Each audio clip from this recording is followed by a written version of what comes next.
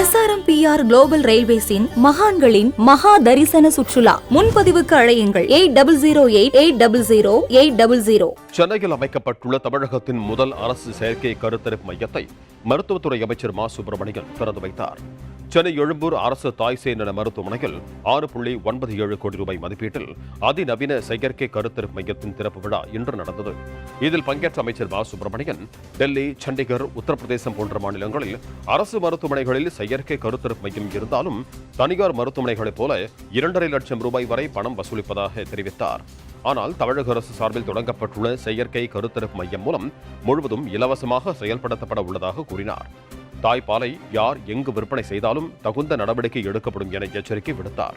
மருத்துவக் கல்லூரி கட்டணம் உயர்வா என்ற கேள்விக்கு பல்கலைக்கழக அதிகாரிகளுடன் கலந்தாலோசனை நடைபெற உள்ளதாக அமைச்சர் மா. சுப்பிரமணியன் தெரிவித்தார்.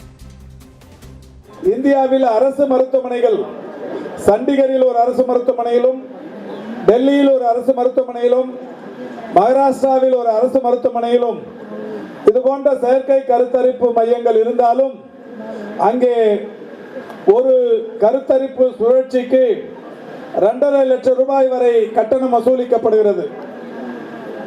ஒரு குழந்தை பிறப்பதற்கு ஏறத்தாழ 7 to 10 லட்சம் ரூபாய் வரை செலவாகிற சூழல் இருந்து வருகிறது.